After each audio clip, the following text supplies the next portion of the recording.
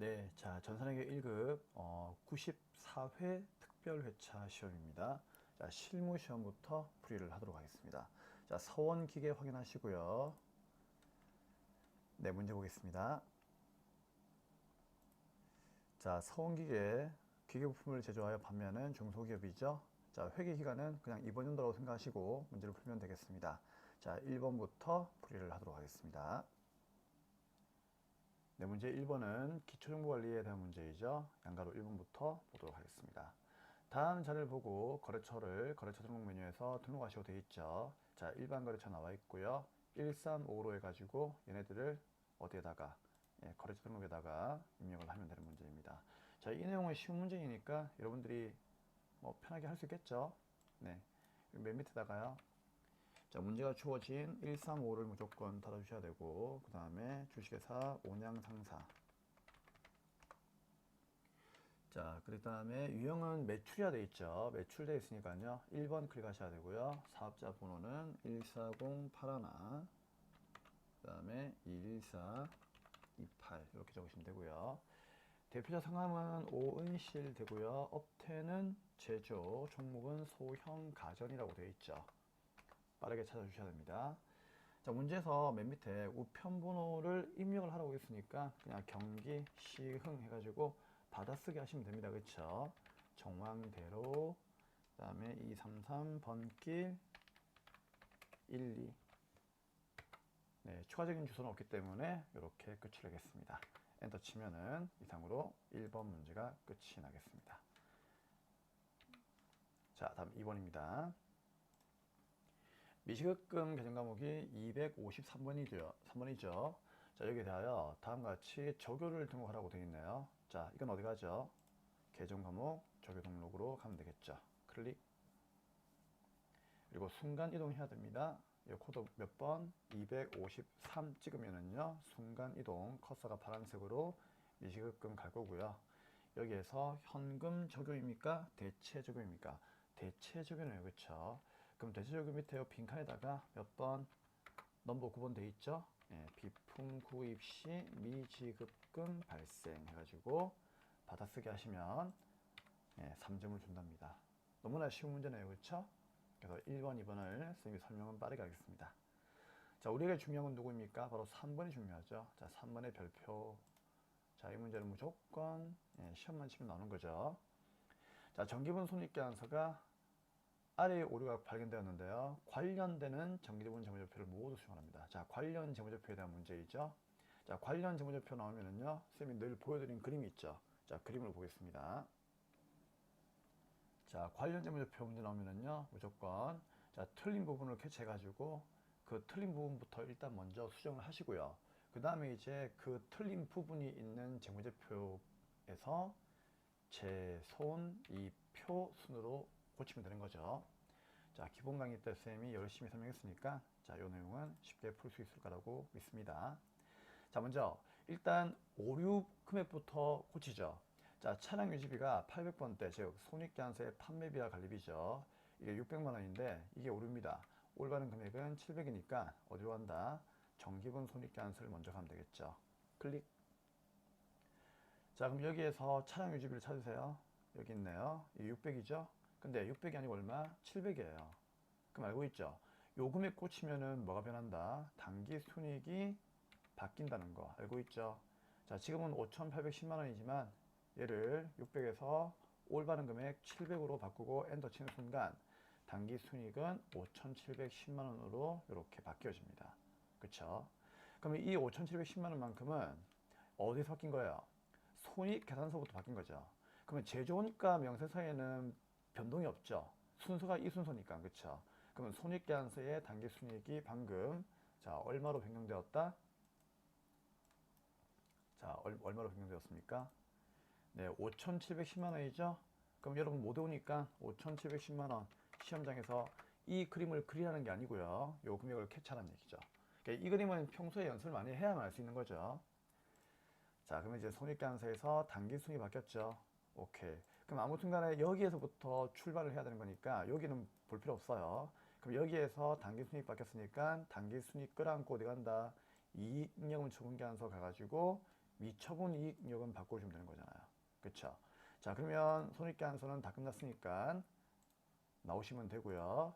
자, 손이표 이익잉여금 처분계산서죠. 줄여서 전기분 잉여금 처분계산서입니다.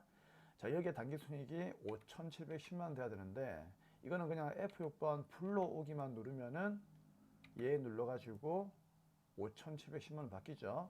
그럼 요 두 개 합친 금액이 아마 바뀌었을 거예요. 이게 미처분 이익잉여금이죠.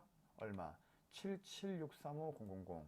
그러면은 5대 5니까 77635,000 이렇게 체크하시면 됩니다. 그럼 이제 여기도 끝났죠. 그럼 요 금액을 끌어안고 어디 간다? 종착역 재무상태표 가가지고 요 미처분 이익잉여금이 다른 말로 2월 이익잉여금이니까 재무상태표에 2월 이익잉여금만 바꿔주시면 되는 거죠. 자, 그러면 얘는 다 했으니까 EFC 빠져나오고 전기분 재무상태표 가셔가지고요. 여기에 누구? 2월 이익잉여금을 바꿔주셔야 되겠죠. 왜요? 차변과 대변 합계가 안 맞잖아요. 그쵸? 안 맞는 이유는 얘가 68635가 아니라 방금 수정되었던 77, 그렇죠. 635가 되기 때문이에요. 78635가 아니고 77635. 그러면은 77635,000 이렇게 바꿔주시면 차변 대변이 일치하면서 이상으로 이 문제가 정리가 되는 겁니다. 자, 정리드리죠. 첫째 뭐다? 손익계산서에서 문제가 시킨 대로 차량 유지비를 700에서 800으로 바꾸었죠. 그럼 뭐가 바뀐다? 단기순이익 바뀌죠. 얘를 끌어안고 잉여금을 처분계산서에 단기순이익을 고쳐주면은 잉여금을 처분계산서에서 미처분 이익잉여금 바뀌겠죠. 그럼 요 미처분 이익잉여금이 재무상태표에 2월 이익잉여금을 의미하는 거니까 얘 끌어안고 재무상태표 가서 2월 이익잉여금을 바꿔주시면 끝나는 문제였습니다. 그래서 자, 공부하실 때는요, 다 하고 나면 이렇게 정리를 한번 해보세요. 그러면은 전체적인 흐름이 눈에 보일 겁니다. 네, 이상으로 제 1번 문제 파트 1 기초정보관리에 대한 문제는 마감을 하도록 하겠습니다. 자, 파트 2 일반연표 가도록 하겠습니다. 자, 부가가치세와 관련이 없는 일반연표 문제 토탈 6문제 나오고요. 한 개당 3점. 자, 1번 문제부터 보겠습니다. 입력시 유의사항 다 읽어보시고요. 자, 수업시간 때 뭐 하던 대로 하시면 돼요. 자, 대평에서 발행한 채권이 만기가 25년도 5월 31일이고 시장성이 없답니다. 이게 그러면 시장성이 없다는 얘기는 단기 매매 증권은 아니겠죠. 그쵸? 자, 그리고 이제 채권인데 자, 이걸 어떻게 한다고요? 만기까지 보유할 목적으로 당좌 수표를 발행하여 취득하였습니다. 단 채권을 취득하는 과정에서 발생한 수수료 8만 원만큼은 현금을 주었네요. 자, 그러면 보세요. 우리가 구입한 거는 일단 시장성이 없고 만기가 5월 말일인데 이게 채권이에요. 그렇죠? 근데 이 채권을 어떻게 한다고요? 만기까지 보유할 목적으로 가지고 있답니다. 그럼 이거는 뭐죠? 만기 보유증권을 구입한 거죠. 그럼 나한테 들어온다 어느 변? 차변. 다 같이 자산은 들어오면 차변, 나가면 대변. 그럼 들어온다 차변은 뭐다? 만기 보유증권이 들어오는 거예요. 이해하셨겠죠? 자, 이게 얼마 들어온다? 9천만 원 들어오는 거죠. 그렇죠? 근데 9천만 원이 아니에요. 왜? 수수료가 8만 원 들었기 때문에 8만 원을 여기다가 포함을 시켜야 되는 거예요. 알고 있죠? 구입 시의 비용은 원가에 포함한다. 그렇죠? 그러면 9,008만 원 들어오는 거고요. 대변에 돈 주었는데 9,000원 수표를 주었으니까 당좌예금 나가는 거고요. 그 다음에 수수료는 현금 주었으니까 현금 나가는 거죠. 그렇죠? 그래서 얘가 먼저 들어오고 얘들이 나가는 거를 나중에 분기하시면 되겠다. 자, 그러면 이제 분기하겠습니다. 자, 일반연표 띄우시고 날짜는 7월 말일이라고 하면 되는데 이게 여러분들 이제 조심할 게 하나 있어요. 여기에 차변에 만기 보유증권이 들어오잖아요. 근데 이게 두 개가 있죠. 맞죠? 자, 우리는 밑에 거 써야 됩니다. 왜 그런가 하면은 이게 지금 이제 만기가 2025년이라는 얘기는 지금 여러분들 이번 연도가 몇 년도예요? 자, 이번 연도가 예를 들어서 뭐 21년도다. 그럼 4년 남았고 22년도이면은요. 3년 남았죠. 아무튼 지금 이거 현재 지금 선생님이 풀이하고 있는 시점은 2021년도니까 21년도를 기준으로 한다면은 4년 남았죠. 그럼 일단 아무튼 1년 이상이죠. 그러면 1년 이상 남았으니까 단기예요, 장기예요? 장기죠. 이게 장기가 되면은요, 투자 자산이 되어버립니다. 아시겠습니까? 그럼 투자 자산이 되는 거기 때문에 투자 자산 코드는 181번이에요. 그래서 밑에 걸 써야 돼요. 자, 보여드릴게요. 우리 계정 과목 및 적용 등록 가시면은 클릭. 만기 보유증권이 두 개가 있어요. 한 개는 투자 자산에 가시면은 만기 보유증권이 여기 있단 말이에요. 얼마? 181번 돼 있죠. 이걸 쓰셔야 됩니다. 그러니까 내가 1년 이상 투자하는 거는 요걸 쓰시면 되는 거예요. 근데 혹시나 1년 이내의 뭡니까? 투자가 된다면요. 그때는 뭐다? 당좌 자산의 만기 보유증권을 쓸 수도 있어요. 그게 124번이에요. 이해되겠죠?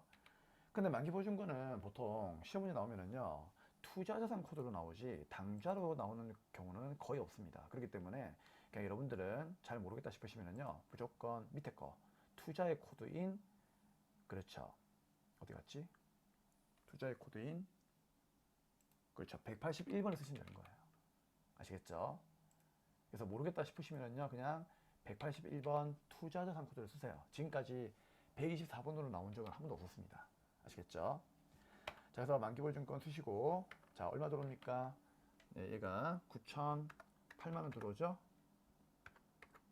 그리고 대변에 돈 주자. 당좌예금 나갔죠?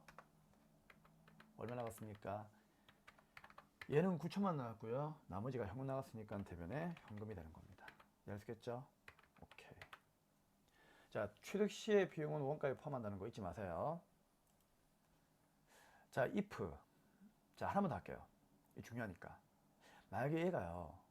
만기 보유증권이 아니고 단기 매매증권이었다면 정답은 뭘까요? 단기 매매증권 얼마? 다 같이 얼마? 9천만 원. 왜요? 단기 매매증권은 구입 시의 비용을 원가에 포함 안 하고 수수료 비용 처리하잖아요. 그쵸? 그래서 이게 단기 매매증권이었다면 이거는 9천만 원이에요. 그리고 차별은 뭐다? 수수료 비용을 하나 더 분개해야 되는 거예요. 알고 있죠? 같이 정리하자. 아시겠습니까? 만약에 매도 가능 증권이었다면요. 그때도 9,008만 원이에요. 그러니까 단기 매매증권만 취득 시의 비용을 원가에 포함을 하지 않는 거지 나머지는 원가에 다 포함을 해야 돼요. 그러니까 그 부분 정리하라고 쌤이 부연 설명해 드리는 거니까 반드시 꼭 체크하세요.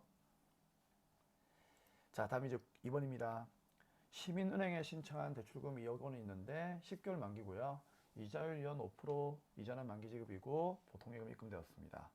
자, 일단 내가 주워 오던 훔쳐 오던 아무튼 뭐 빌려 오던 간에 돈이 일단 들어오는 건 확실하죠. 그러면 들어온다 어느 변? 차변. 누구? 보통예금. 얼마? 2억. 근데 이게 몇 개월 만기예요? 10개월이네요. 그러면 1년 이상 아니니까 단기죠. 그럼 대변은 뭐다? 갚아야지. 단기 차입금, 부채 증가 2억 원 이렇게 되는 겁니다. 자, 이번은 쉬운 거니까 바로 공개할게요. 거의 뭐 전산에게 2급 수준이죠. 자, 9월 1일 날 차변에 보통예금 들어온다. 왜? 빌려왔다는 얘기죠. 아무튼 들어오는 건 보통예금이니까 얘가 들어오는 거고요. 그럼 대변은 뭐다? 부채가 쌓이지 뭐. 그쵸? 자, 대변은 부채가 쌓이는 자리입니다. 누굽니까? 단기 대여금. 아이디 미안합니다. 단기 차입금. 잠시만요, 쌤. PC가 렉이 걸렸어요. 자, 이제 되네요. 네, 단기 차입금. 당황스러워요. 왜 이러지? 네, 됐습니다. 자, 거래처는 누구입니까? 네, 시민은행입니다.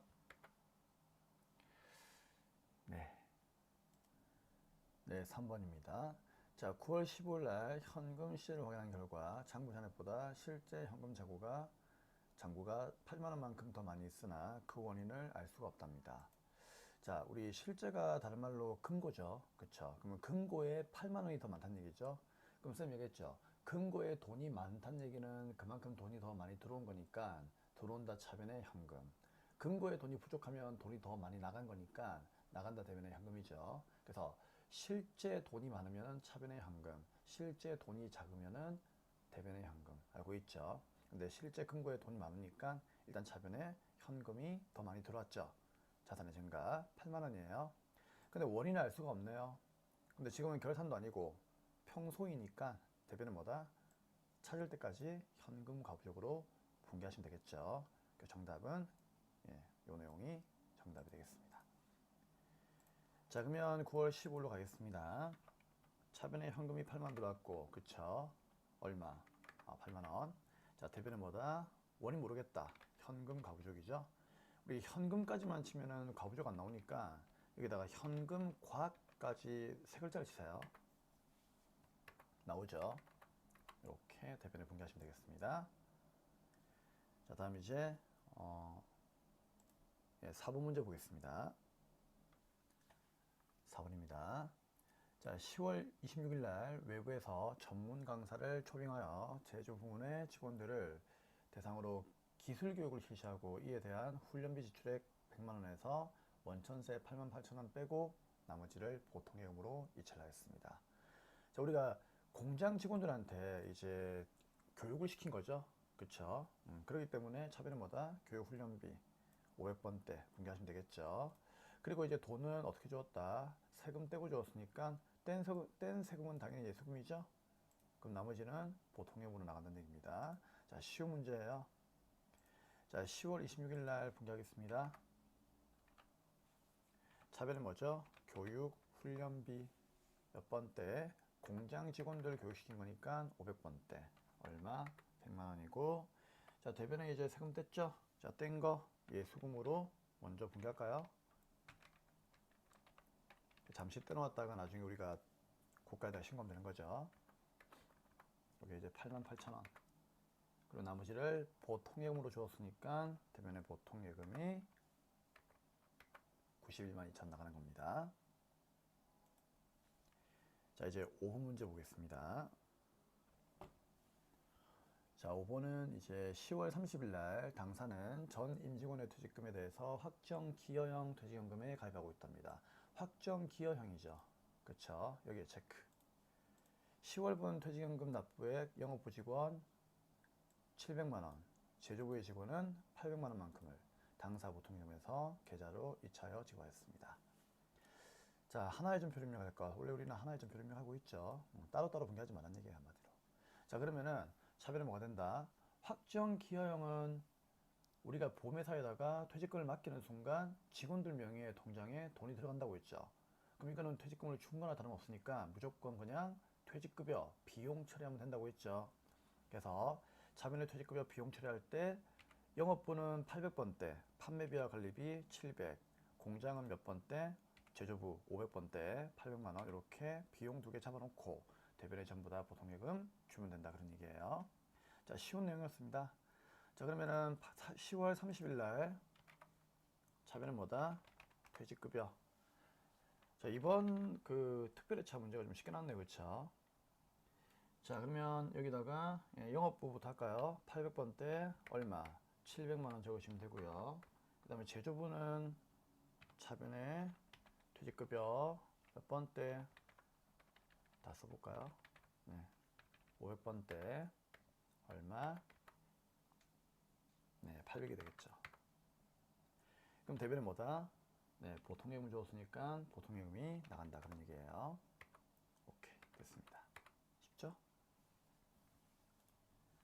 자, 질문 if 만약에요 확정 기여형이 아니고 확정 급여형이면은 여기에 정답은 뭘까요? 그때는 퇴직 연금 운용 자산이죠. 기억나십니까? 그때는 퇴직 연금 운용 자산이에요. 무슨 형? 확정 급여형. 퇴직연금 운용 자산은 비용이 아니기 때문에 800번대, 500번대 구분할 필요 없이 그냥 1,500만 적으시면 돼요. 그래서 확정 기여형일 때는 비용으로 분개하지만 확정 급여형일 때는 퇴직연금 운용자산으로 분개한다는 거 이것도 추가적으로 같이 공부하셔야 돼요. 그러니까 뭐든지 같이 공부하면은요 한 번 공부할 때 같이 공부하면은 2회독, 3회독 효과가 나는 거예요. 아시겠죠? 자, 그리고 퇴직연금 운용자산은 자산은 아니죠. 이거는 누구의? 퇴직급여 충당부채의 차감 계정입니다. 이것도 좀 알고 있으면 좋겠어요. 퇴직급여 충당부채의 차감적 계정이에요. 자, 이제 6번 문제 보도록 하겠습니다. 자, 11월 11일입니다. 사무실로 사용하기 위해서 센타프라자와 임대차 계약을 체결하고 보증금 2천만 원만큼을 당좌수표 발행하여 주었습니다. 자, 쌤이 보증금을 주는 거는 무조건 자산이라고 했죠. 왜요? 보증금 주는 거는요, 보증금만 준 거예요. 나중에 내가 방 빼면은요, 집주인한테 달라고 해야 되는 거예요. 맞죠? 그렇죠? 그래서 보증금보다 자산이에요. 자, 그러면은 어떻게 하면 되죠? 자산이니까 자산의 증가 차변에 임차 보증금 여기 분기하면 되고요. 대변에 당좌예금 나가는 거죠. 반대로 집주인은 뭐예요? 집주인은 대변에 임대 보증금이 되겠죠. 그쵸? 오케이. 그래서 보증금을 주는 사람은 임차 보증금. 그 다음에 보증금을 받는 사람은요, 임대 보증금.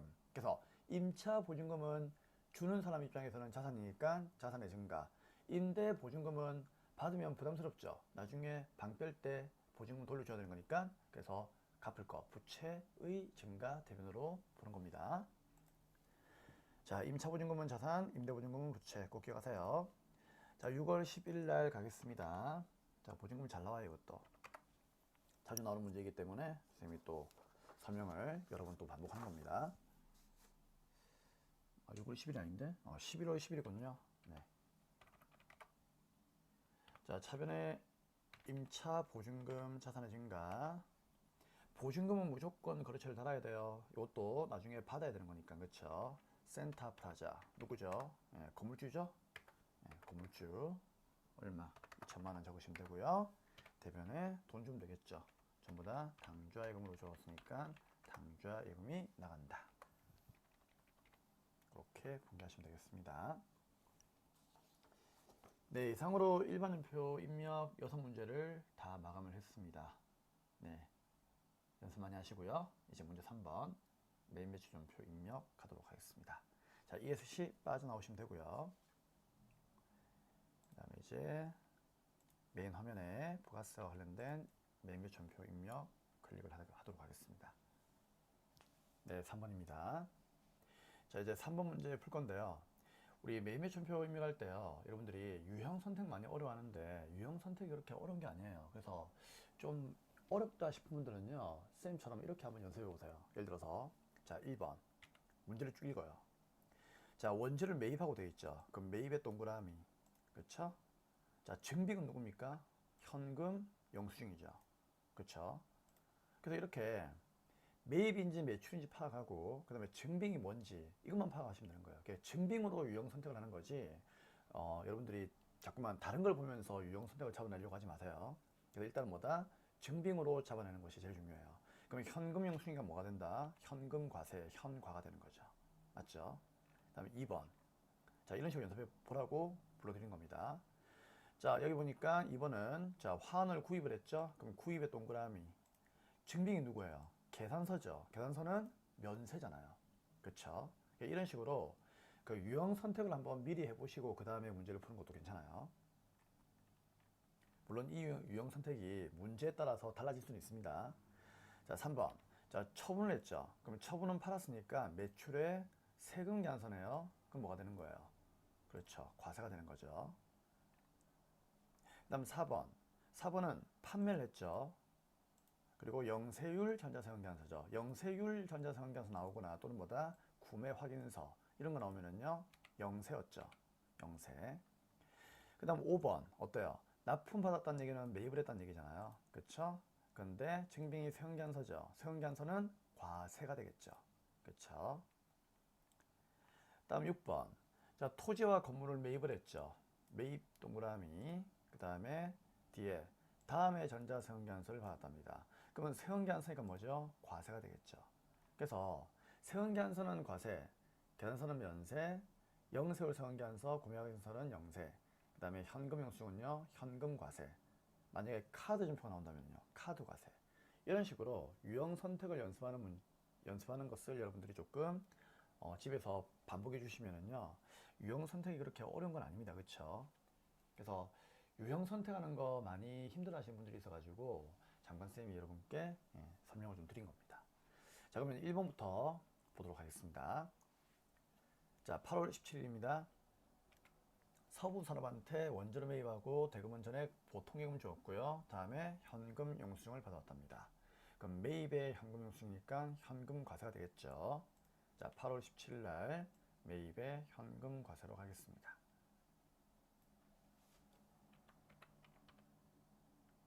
61번이죠. 매입의 현과세는 61번이죠. 자, 품목은 누구라고 되어 있습니까? 원재로 되어 있죠. 원재로 적으면 되고. 자, 수량단가 나와 있습니까? 현금 영수증 보니까 수량단가 나와 있네요. 여기에 70개에 그쵸? 70개 나와 있고, 단가는 안 나와 있다, 그쵸? 그럼 70개를 적으시면 되고요. 안 나와 있으면 안 적으면 돼요. 자, 금액은 얼마입니까? 먼저 보니까 부가세 합해가지고 770이죠. 그래서 770 적어주시면은 엔터. 700과 70을 잘라줍니다. 알고 있죠? 자, 거래처는 서부 산업으로 달아주시면 되고요. 자, 그다음 분계는 어떻게 할까요? 전액 보통예금으로 지급했죠. 그러면은 3번에 혼합 가시면 되겠죠. 그럼 차변의 원재료, 부가세 대금금 맞는 말이죠. 그리고 대변에 뭐다? 돈 주는 것만 분기하면 되는 거예요. 누굽니까? 보통예금이 되겠습니다. 그래서 이 매매쇼표가 은근히 쉬워요. 유형 선택만 잘 하시면요. 어차피 물건을 사오게 되면은 대변에 돈 주는 분기하면 되는 거고요. 물건을 팔게 되면은 차변에 돈 들어오는 것만 분기하면 되는 거기 때문에 오히려 일반 점표보다 점수를 더 잘 맞을 수가 있습니다. 항상 그런 얘기 하고 있죠. 자, 이제 2번 문제 보겠습니다. 자, 이번은 9월 1일이죠. 당사의 영업모델이 이시성 씨의 결혼식을 축하하기 위해서 화환을 구입했어요. 다음에 전자계산서를 발급받았죠. 대금은 다음 달에 주기로 했습니다. 자, 그러면 구입하고 계산서죠. 세금계산서가 아니죠. 그럼 얘는 뭐다? 면세예요. 그리고 쌤 늘 얘기하죠. 화환, 꽃과 나무, 농축수임산물은 면세라고요. 그렇죠? 그렇기 때문에 자, 9월 1일 날 공개하겠습니다. 먼저 유형 선택부터 한다면은 뭐가 된다? 네, 구입하고 계산서니까 매입의 면세 몇 번? 53번 되는 거죠. 품목은요. 자, 계산서에 적혀 있죠. 화환. 자, 수량 단가는 안 나와 있는 것 같아요. 그렇죠? 그 다음에 공급가액이 99,000원 되어 있네요. 그럼 여기다가 99,000원 적으시면 되고요. 면세니까 당연히 부가세가 없는 거고. 자, 그 다음에 거래처 이름 누구입니까? 자, 거래처 이름은 하은이라 되어 있죠. 그렇죠? 이 계산서를 보면 되겠죠. 공급자 하은. 그 다음에 전자에 체크하죠. 분계는 어떻게 할까요? 자, 분계는 보니까 다음 달 돈 주기로 했죠. 그러면 혼합으로 가야 되겠네요. 일단 장사는 아니니까 원재료가 들어온 건 아니죠. 그럼 이건 뭐죠? 영업부 대리의 결혼식을 축하한 거죠. 그러면 그 직원이 기뻐하겠죠. 자, 우리 직원이 기뻐한다. 무슨 비? 복리, 후생비. 몇 번대? 영업부니까 800번대. 99,000원이고요. 자, 대변에 돈 줘야 되는데 다음 달 주기로 했으니까 외상이죠. 하지만 장사는 아니니까 미지급금으로 분기하시면 되고 거래처는 하원이 달려있는지 확인만 하시면 되겠습니다. 네, 3번입니다. 자, 10월 25일 날 업무용 비품으로 사용하던 에어컨 취득가 480만원, 처분시 감가상각 누계액은 265만원이고요. 이거를 주식회사 비현실업에 50만원, 부가세 별도니까 50에 10%인 5만원이죠. 자, 처분을 하고 전자승계안서를 발급하였습니다. 대금은 현금으로 영수를 하였습니다. 이게 현금 영수증이 아니고요. 현금으로 영수했다는 얘기는 현금으로 지급을 했다 그런 얘기예요. 아시겠죠? 그리고 증빙은 세금계안서 받아왔으니까 이거를 또 보면서 현금 영수증이다 라고 이렇게 오해하시면 안 됩니다. 아시겠죠? 네, 그러면 이제 문제 풀 건데, 자, 3번 문제는 일단 별표죠. 그쵸? 자, 3번은 시험만 치면 무조건 나오죠. 야, 이번 시험에 나온다고 생각하세요. 자, 그러면 10월 25일 날에 가겠습니다. 먼저 처분을 했던 얘기는 팔았던 얘기니까 매출이고요. 증빙은 세금계안서니까 과세 11번 되겠죠. 자, 품목은 누구입니까? 에어컨 적어도 괜찮고 비품 적어도 괜찮아요. 자, 수량단가 없으니까 넘어가시면 되고 얼마에 팔았다? 50만원에 공급했으니까 50만원이 공급가액이고 그럼 부가세는 5만원이 되겠습니다. 자, 거래처는 누구죠? 비현실업이죠. 자, 그럼 전자에다가 체크를 해야 되고요. 자, 분계는 어떻게 할까요? 분계는 혼합으로 가야 되겠죠? 왜 그렇습니까? 유형자산 처분 분계는 어차피 분계 자체가 복잡하기 때문에 전액 현금으로 받았다 할지라도 혼합으로 가시는 게 좋아요. 그쵸? 자, 그러면 대변에 내가 판매한 거는 제품이 아니죠. 비품을 팔았죠. 근데 이때 비품은 대변에 뭐가 나간다? 취득가액이 나가는 거니까 480만원 취득가액으로 고쳐주셔야 됩니다. 그래서 부가세 수금이 5만원이지만 대변의 비품은 480이에요. 부가세 수금은 취득가액의 10%가 아니죠. 공급한 가액 50만원의 10%니까 이 분계가 틀린 게 아니죠. 자, 그러면 이제 차변은 뭐다? 비품에 대한 감가상각 요격이 사라집니다. 자, 그게 213번이죠. 얼마 사라진다? 265만원 사라지죠. 자, 그러면 이때 돈이 먼저 들어오는 분기를 해도 괜찮지만 쌤은 가급적이면 돈을 받는 분기는 맨 마지막에 하기를 권장합니다. 자, 그래서 좀 귀찮더라도 480만원에서 계산기로 265만원을 빼세요. 그러면은 얼마 나옵니까? 215만원 나오죠. 그러니까 취득원가에서 감가상각 노격을 빼니까 215만원 나오죠. 그쵸? 그럼 본전이 215만원이다. 즉 장부의 가치가 215만원이죠. 근데 이걸 얼마에 팔았다? 50만원에 팔았다는 얘기잖아요. 야, 그럼 무려 165만원이 손실이죠. 그럼 이 손실을 먼저 분개하세요. 그럼 손실은 비용이니까 차변은 뭐다? 유형자산, 처분 손실, 비용 발생 165만원 되는 거죠. 맞습니까? 그러면 정확히 이제 차변은 뭐다? 55만원만큼이 모자라죠. 그쵸? 자, 이 아이가 뭘로 들어온다? 전부 다 현금으로 들어오니까 차변에 현금으로 마무리를 하시면 되겠습니다. 자, 선생님이 맨 마지막에 이제 현금 들어오는 걸 분개하라고 하는 이유는 이게 문제가요. 일부가 현금이 들어오고 일부가 뭐 보통 현금 들어오고 이렇게 하게 되면은 현금 들어온 걸 먼저 해버리면은요 상당히 좀 헷갈려요. 그렇기 때문에 돈 받는 걸 맨 마지막에 하는 게 제일 좋습니다. 선생님은 그렇게 권장하고 있고요. 여러분들은 여러분 편한 방식으로 하시면 되겠습니다. 근데 이렇게 하는 것이 좀 더 숫자가 잘 보이니까 제가 여러분께 권장을 하는 겁니다. 자, 이제 4번입니다. 11월 24일로 가도록 하겠습니다. 네, 4번입니다. 주식회사 펜시에 구매 확인서 체크했죠. 의해서 제품을 판매 동그라미하고 영세월 전자상계안서 나왔죠. 공급가 5천만원을 발급하였습니다. 대금은 보통기금 받았네요. 자, 판매하고 영세월 상계안서가 나온다. 거기다 구매 확인서까지 나왔다. 그럼 영세는 당연히 확정이죠. 그럼 유형 선택은 11월 24일 날에 매출의 영세가 되겠습니다. 꺼버렸네요. 잠시만요. 네, 11월 24일이죠. 자, 매출의 영세니까 몇 번? 네, 12번이 되겠죠. 매출의 영세 12번. 자, 품목은 누굽니까? 제품이죠. 자, 수량 단가는 안 나와 있고요. 금액은 5천만원짜리를 팔았다는 얘기죠. 영세니까 당연히 부가세는 0이고요. 거래처는 누구입니까? 펜시가 되겠죠. 그리고 전자, 영세율 전자란 말이 들어있으니까 전자에 체크하고, 자, 영세는 항상 여기에 팔 때마다 구분해 줘야 되겠죠. 그러니까 매입의 영세는 구분을 안 해요. 근데 매출의 영세는 해야 됩니다. 그래서 여기다가 F2 누르시면은 자, 몇 번? 예, 3번에 내국시용장과 구매 확인서에 의하여 공부하는 제와 요거를 체크하시면 되고, 서류번호야 뭐 나와 있으면 적으면 되고요. 안 나와 있으면은 안 적으시면 됩니다. 자, 분개를 할 건데 분개는 어디로 갈까요? 혼합으로 가야 되겠죠? 자, 대변의 제품 매출 맞습니까? 맞네요. 차변에요. 보통예금이 들어왔기 때문에 혼합으로 온 겁니다. 그쵸? 5천만원. 이렇게 마무리하시면 되겠습니다. 네, 이제 5번 문제 볼까요? 12월 13일입니다. 신고기계 주문했던 기계장치를 드디어 납품받았죠. 자, 주문했던 기계를 납품받았다는 얘기는 드디어 기계가 들어온다는 얘기죠. 매입을 한 거예요. 그리고 전자상계안서 나왔죠. 공급가 1,500만원, 부가세 150만원만큼을 발급받았고 동건에 대하여 9월 30일 날 지급한 선급금은 무엇을 의미하는 겁니까? 그렇죠. 그 전에 주문했을 때 미리 계약금 주었겠죠. 그 선급금을 말하는 거죠.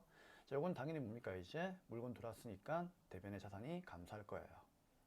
자, 300만원만큼을 빼고 나머지가 외상으로 되었다 그런 얘기죠. 고정자산 등록은 생략할 것, 자, 생략할 것 나오면 그냥 무시하시면 되는 거고요. 자, 그러면 일단 매입을 하고 세원기한서니까 매입의 과세가 되겠죠. 자, 12월 며칠 날에 13일 날에 매입의 과세로 가시면 되겠죠. 매입의 과세는 51번이 되겠네요. 자, 품목은 누가 되는 겁니까? 기계장치로 이렇게 보시면 되는 거고요. 수량단가 안 나와 있죠? 공급가액이 얼마입니까? 얘를 1,500만 원에 샀네요. 그러면 1,500만 원에 부가세는 150이고 거래처가 신곡 기계로 놓으시면 되겠네요. 그렇죠? 전자세원기한서 맞습니까? 맞네요. 그럼 1번 체크하고 자, 분계는 어떻게 할까요? 일단 복잡하죠? 복잡하다 싶으면 무조건 뭐다? 혼합이에요. 근데 차비는 우리가 사온 건 원재료가 아니죠. 누굽니까? 기계니까 기계장치로 분계를 잡아주시면 되고요. 자, 금액은 1,500만 원 맞습니까? 맞네요. 자, 부가세대금 150만 원 잡혀 있고 대변에 우리는 뭐다? 1,650만 원만큼 이제 주는 분계만 하면 되는 거죠. 자, 대변에 나간다. 첫 번째 뭐가? 선급금이 사라지네요. 선급금, 자산의 감소. 옛날에 계약금 준 게 있다는 얘기죠. 얼마? 300을 대변에 이제 없애버려야 됩니다. 자, 선급금도 거래처를 다는 거니까 거래처 신곡기계 잘 되어 있는지 확인만 하면 되는 거고요. 나머지는 외상으로 했네요. 돈 안 줬죠. 그럼 대변에 부채가 늘어납니다. 이름이 누구라고요? 일단 장사가 아니니까 누구죠? 미지급금이 되는 겁니다. 자, 미지급금도 거래처를 따라 줘야 되는 거기 때문에 신곡기계 이렇게 확인만 하시면 되는 거죠. 그쵸? 됐습니다. 자, 이제 마지막 문제 6번 문제를 보도록 하겠습니다. 자, 우리 매매션표의 마지막 문제입니다. 자, 12월 22일이네요. 회사는 공장을 신축하기 위하여 홍일테크로부터 토지와 건물을 매입을 했네요. 건물에 대한 대금은 보통예금에서 지급하고 다음의 전자세원기한서를 받아왔습니다. 동 건물은 구입 즉시 뭐 했다고요? 신축을 위하여 철거했답니다. 자, 이 문제 별표. 어려운 문제죠? 자, 여기다 필기 하나 할까요? 자, 건물을 구입 후 즉시 철거하는 경우는 어떻게 하는 거죠? 그렇죠. 얘는 그냥 토지의 원가에 포함해야 되겠죠. 토지로 보는 거예요. 자, 우리가 결국 필요했던 건 뭐가 필요했던 겁니까, 여러분? 땅이 필요했던 거죠, 땅이. 그렇죠. 그래서 이 내용이 중요하니까 반드시 별표를 칠 수 있도록 부탁드리겠습니다. 자, 이거 필기하세요. 건물을 구입 후에 즉시 철거한다면은 이거는 보다 토지를 사온 거지 건물 사온 게 아니에요. 내가 땅이 필요했는데 그 땅 주인이 이 땅을 사가려면 건물도 사가라 그러는 거예요. 그쵸? 그렇기 때문에 구입을 하자마자 즉시 철거했다 그 얘기입니다. 자, 그러면 땅값 하고 볼까요? 네, 땅값 봐야 되나? 잠시만요. 그쵸. 이 건물이라고 되어 있는데 그냥 이 안에는 뭐다? 그냥 땅값도 다 들어있다. 그래 보시면 되겠다. 그쵸? 자, 아무튼 그 금액이 2천만 원에 세기 200이네요. 그쵸? 그러면 2천에 200이네요. 자, 그럼 일단 매입을 하고 세원기한서니까 당연히 우리는 유형 선택을 뭘로 가야 된다? 12월 22일 날에 매입에 세원기한서니까 과세로 가야 되겠죠? 그래서 51번 하는 순간 감점 처리됩니다. 54번이에요. 자, 왜 그럴까요? 그렇죠. 우리는 건물을 구입하자마자 얘를 철거했죠. 그럼 여기 있는 이 2,200만 원은 전부 다 뭐다? 땅을 산 거잖아요. 그렇죠? 그럼 땅을 산 거기 때문에 토지와 관련된 자본적 지출이죠. 자, 토지 관련 지출은 뭐라고 했죠? 불공이라고 했죠. 토지 자체가 면세이기 때문에 그렇죠? 얘는 공제가 안 됩니다. 자, 그래서 얘는 공제가 안 되니까 결국 매입에 불공이 되는 거예요. 그래서 세원기한서를 구입을 했을 때 불공이 되는 사유 중에서 하나가 토지와 관련된 게 있었죠. 토지의 자본적 지출. 그걸 꼭 기억하셔야 됩니다. 자, 품목은 어떻게 한다? 네, 뭐 건물로 이렇게 적어도 괜찮고요. 뭐 품목이 어차피 세원기한서에 적혀 있는 거 보면 되니까, 그렇죠?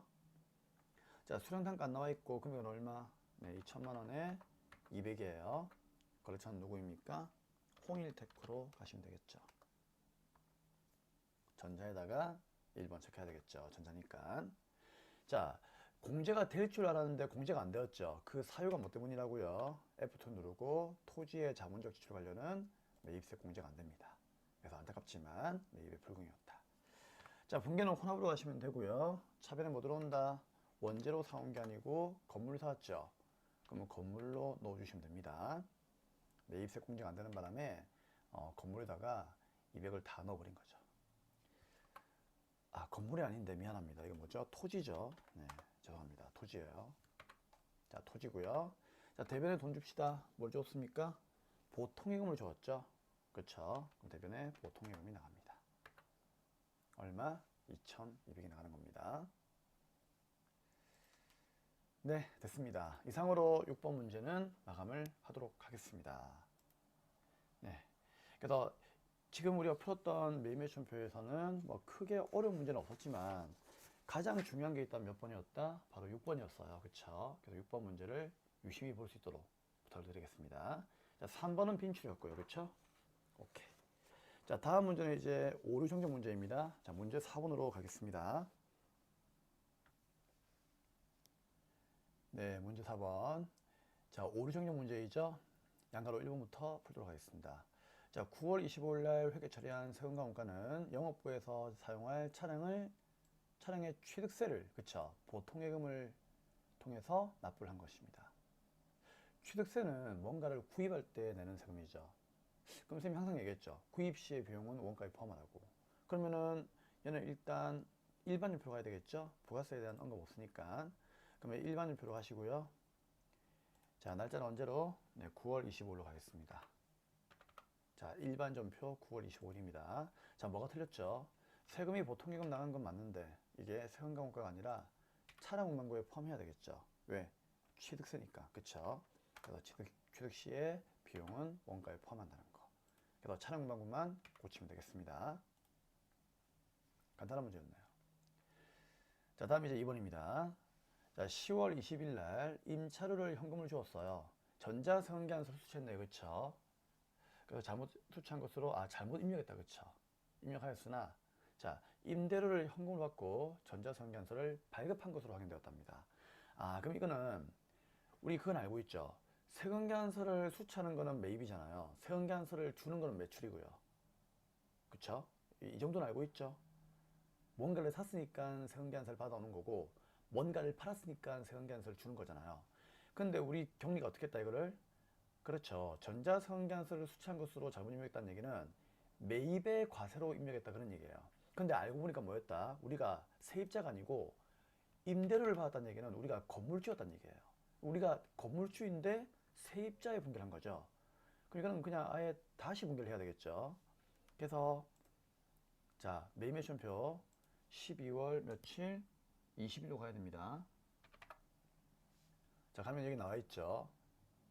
자, 이게 뭐예요? 매입이 아니에요. 매입이 매출이죠. 왜? 임대료를 받았다는 얘기는 우리가 부동산을 임대해주고 돈을 벌었기 때문에 이거는 매출로 봐야 되는 거예요.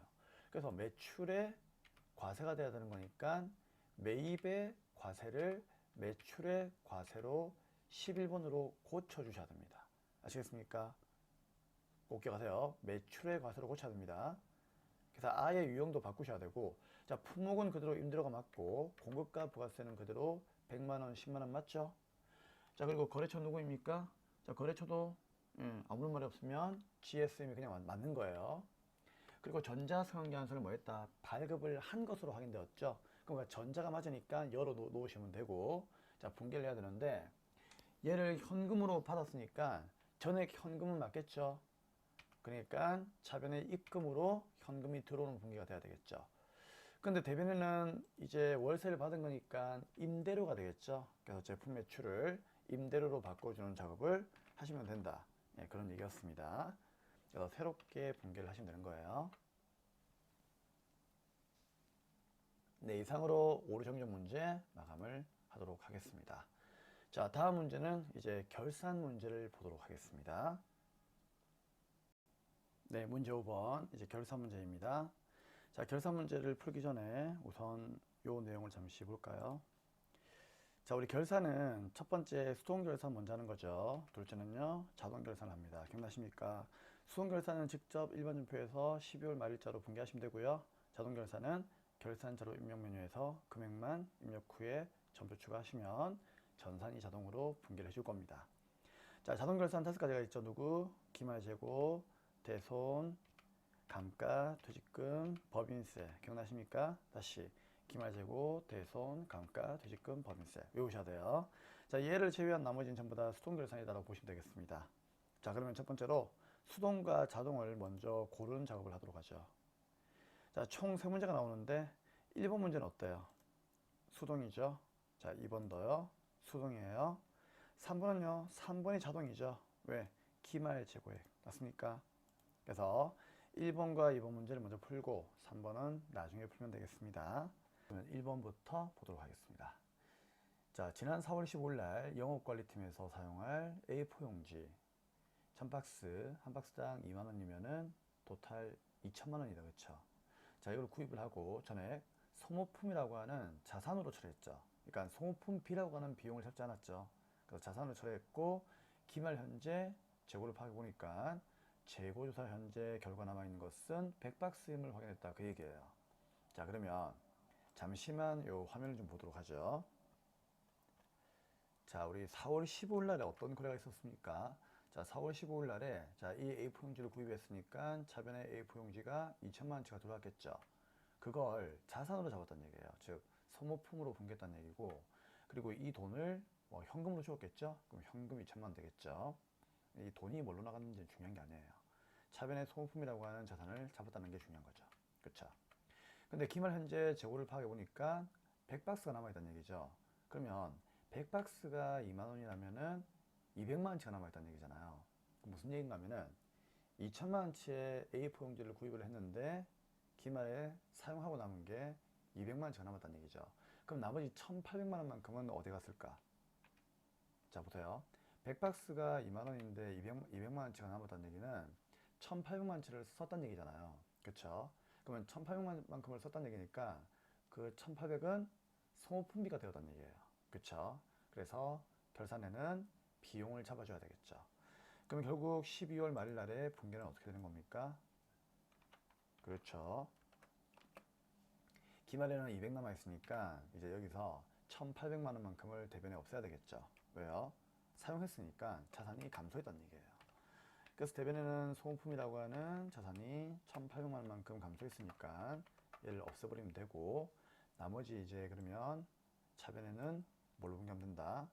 드디어 썼으니까 소모품 B라고 하는 비용으로 잡아버리자 그 얘기예요.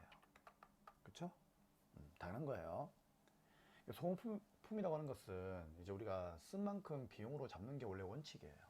그러니까 자산 처리법도 있고 비용 처리법도 있지만 원래는 쓴 만큼은 비용으로 잡는 게 원래 원칙이에요. 근데 우리 회사는 전혀 비용을 안 잡았으니까 기말에 재고를 빼고 나머지 나오는 1800을 드디어 비용으로 잡아주는 분개를 해주시면 된다 그 얘기입니다. 알겠습니까? 그러니까 정답은 소모품이 1800만원, 대변에 소모품 1800이 사라지는 분개를 하면 된다. 자, 이걸 그대로 일반 전표에다가 12월 말일자로 입력을 하겠습니다. 자, 차변은 뭐다? 차변에는 일반 전표가 되겠죠. 매일매일 전표를 띄웠네요. 자, 일반 전표 12월 말일날에 차변의 소모품이라고 하는 비용을 드디어 잡으시면 됩니다. 자, 몇 번째? 자, 영업부에서 썼겠죠. 그쵸? 자, 영업관리팀에서 썼으니까 800번대 1800, 그리고 대변에 소모품이라고 하는 자산을 감소시키는 분개 하시면 되겠습니다. 다음 2번입니다. 자, 2번은 기말 외상매입금 중에는 피닉스 상사 거래처 입력하라고 되어 있죠. 입력하시면 되고, 에 대한 외상매입금 1100만원이 $10,000인데요. 얘가 포함되어 있답니다. 근데 결산 때 적용 환율을 파악해보니까 1달러가 1000원 되었다는 얘기죠. 자, 그럼 얘도 그림을 좀 볼까요? 일단 이게 외상매입금이니까 내가 갚아야 되는 거죠. 그쵸? 갚아야 되는 돈인데 이게 장부에는 얼마가 있다는 얘기니까 1100만 돼 있다는 얘기죠. 그 당시에 빌렸을 때 1100이었으니까. 그쵸? 근데 결산 현재 우리가 이제 이 외상매입금을 갚아준다면 얼마를 줘야 되는지 항상 기말되면은 달러를 평가해야 돼요. 주식을 평가하듯이 평가해야 되겠죠. 그럼 평가해 보니까 평가 금액이 얼마 나왔다? $10,000가 지금 만약에 이 돈을 갚는다면은 1달러가 1,000원이니까 1,000만 원만큼만 주면 된다 그런 얘기예요. 그쵸? 그럼 나는 1,100을 줘야 되는데 1,000만 원 주면 되는 거니까 오히려 달러가 내림으로 인해 가지고 100만 원만큼 나한테는 이득이 되는 거죠. 그쵸? 왜요? 원래는 1,100만 원 줘야 되는데 지금 갚아버린다면 1,000만 원 줘도 괜찮은 거거든요. 그럼 우리 회사는 100만 원만큼의 이익이 되는 거니까 분위기 좋겠죠. 이런 걸 뭐라고 한다? 외화환산 이익이라고 하는 거죠. 그래서 수익 발생은 대변이니까 대변에 바로 그냥 분개합시다. 외화환산 이익으로 분개하시면 되겠죠. 알고 있죠? 얼마? 100만 원 분개하면 되고. 자, 그러면 이제 차변은 어떻게 분개하면 된다? 그만큼 외상매입금이라고 하는 부채가 줄었으니까 부채 감소는 차변이죠. 차변의 외상매입금을 감소시키는 방향으로 분개하시면 된다 그런 얘기예요. 자, 거래처를 달라고 있습니다. 누구? 피닉스 상사로 입력을 하시면 되겠습니다. 네, 이렇게 해서 자, 일반 일편은 이제 빠져나오시면 되고요. 이제 남아있는 3번의 자동결산을 하면 되겠죠. 자, 자동결산은 어차피 이건 쉽죠? 기말 제곱이 나오면 거의 땡큐죠. 어떻게 하면 돼요? 결산자료 입력하셔가지고 그렇죠? 엔터 치면은 알아서 1월부터 12월까지 맞춰주고 그 다음에 문제 나와 있는 기말 원재료 찾아가지고 여기다 재고액 얼마 430 넣고 기말 정품 찾아가지고 얼마 380만 넣고 기말 제품 찾아가지고 얼마 1200만 원 넣으시면 되겠습니다. 다 했으면 전표 추가 누르시면 되고요. 클릭 가시겠습니까? 예. 그러면 자동결산 분개 완료 뜨고요.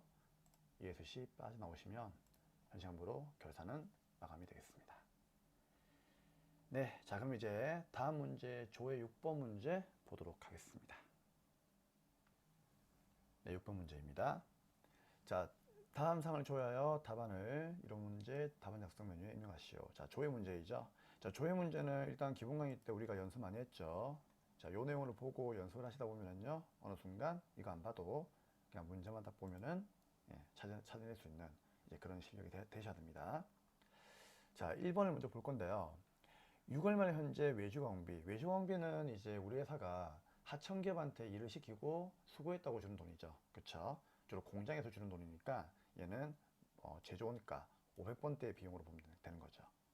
아무튼 얘가 전년도 12월 말보다 그쵸? 얼마나 감소했는가 그 얘기예요. 그러니까 전년도 12월 말에 외주광비에 비해 가지고 이번 연도 6월 말하고 비교했을 때 얼마나 감소했는가 그걸 물어보고 있는데 자, 이 문제가 좀 어려웠죠. 그래서 이 문제다가 여러분들 좀 별표까지는 아닌 것 같은데 그렇죠? 한번 체크해 놓으세요. 이 문제가 처음 나온 문제예요. 그동안 이런 문제 나온 적이 없었습니다, 여러분. 그러니까 그동안 안 나왔으니까 시중에 교재에는 이런 문제가 실려 있지 않았겠죠. 그렇죠? 그렇기 때문에 이런 문제는 보게 되면은 여러분들이 당황스러울 수밖에 없는 거죠. 그래서 내가 공부하지 않은 게 시험장에서 나오게 되면은요, 당황스러워하지 마세요. 어떻게 하면 된다? 풀어보고 안 풀리면은 과감하게 틀리면 돼요. 그 틀린 부분을 쌤이 뭐라고 했죠? 이론 문제에서 가져오면 된다고 했잖아요. 그쵸? 그래서 이론은 뭐다? 우리가 알고 있는 거, 간단한 거, 그런 것들을 좀 풀어주시면 됩니다. 자, 아무튼 당황하지 마시고요. 자, 이 문제를 푸는 방법을 알려드리겠습니다. 그래서 지금 알면 되는 거예요, 이제. 자, 어디로? 제조원가 명세서 가야 되겠죠? 그러면 단기의 제조원가 명세서는 여기에 있습니다. 그쵸? 500번대 비용을 모아놓은 게 제조원가 명세서 아닙니까? 그쵸? 여기 클릭하시고, 자, 여기다가 이제 6월달로 넣으시면 되겠죠. 왜? 단기 6월달을 저번 연도 말하고 비교해야 되는 거니까. 그럼 단기의 1월부터 6월달까지의 누구? 외주광비 한번 찾아보세요. 자, 여기쯤에 있죠. 외주광비. 자, 이게 단기의 6월달 말까지 얼마? 2천만 원 나왔다는 얘기예요. 근데 저번 연도, 이게 정기죠. 저번 연도 12월 말일 날에 외주광비는 얼마입니까?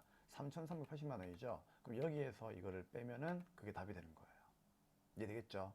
그래서 혹시나 외주광비뿐만 아니고 뭐 전력비나 통신비나 접대비나 이런 이 비용들 중에서 500번대 비용들 있죠. 500번대 비용들이 저번 연도에 비해 가지고 이제 얼마나 뭐 증가했느냐, 감소했느냐 이런 걸 물어보게 되면요. 그때는 제조원가 명세서로 오시면 됩니다. 아시겠죠? 만약에 800번대 비용을 물어본다. 800번대 비용이 저번 연도에 비해서 얼마나 증가했느냐, 감소했느냐 이런 거 물어보게 되면은 그때는 당연히 손익계산서 가야 되겠죠. 맞죠? 자산부채 자본은 재무상태표로 가면 되는 거고. 쉽게 생각하세요. 자산부채 자본의 증감 변동을 물어보면은 재무상태표 가시면 되는 거고요.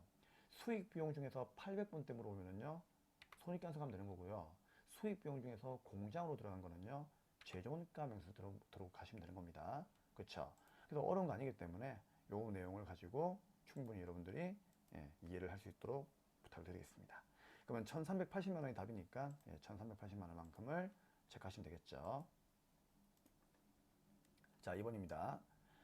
자, 5월 중 광명 상사에게 지급한 외상매입금은 얼마입니까? 자, 5월 중 나오면 월급표지만 광명 상사가 나왔기 때문에 거래처가 더 중요하죠. 자, 이때는 거래처 원장 가시면 되겠죠. 클릭. 자, 5월 중을 놓고 있으니까요. 5월 1일부터 5월 말까지를 놓으시면 되겠죠. 자, 계정 과목은 F2 누르고 외상매입금을 찾으시면 되고요. 근데 거래처는 오로지 누구? 광명 상사만 잡고 있으니까 F2 눌러가지고 광명 상사부터 광명 상사까지 찾으시면 되는 겁니다. 자, 잔액을 묻고 있습니까? 아니면은 갚아버린 금액을 묻고 있습니까? 갚아버린 금액은 갚았으니까 부채가 감소하면은 차변이죠. 그쵸? 근데 앞으로 감아야 할 남아있는 금액, 감아야 하는 게 아니고 미안합니다. 갚아야 할 금액은 잔액이죠. 맞죠? 자, 둘 중에 누굴 물어보고 있습니까? 그렇죠. 광명 상사에게 지급판이라 되어 있으니까 갚은 게 얼마냐 묻고 있죠. 그럼 갚은 거는 누구예요? 자변이죠. 650만 되는 겁니다. 그렇죠? 그러면 앞으로 갚아야 될 건 얼마다? 223만 4천 원 남아 있는 거죠. 그렇죠? 자, 됐습니다. 650만 원. 자, 다음 이제 3번입니다. 자, 3번은 1분기 부가세 과세 표준의 합계와 2분기 4월에서 6월까지의 과표의 합계의 차이는 얼마입니까? 라고 되어 있네요. 그렇죠? 자, 과세 표준이라고 하는 것은 쌤이 뭐라고 했죠? 다른 말로 매출액이라고 했죠. 그러니까 매출의 공급가액의 합계를 얘기하는 거예요. 그럼 이거는 어떻게 하면 되겠습니까?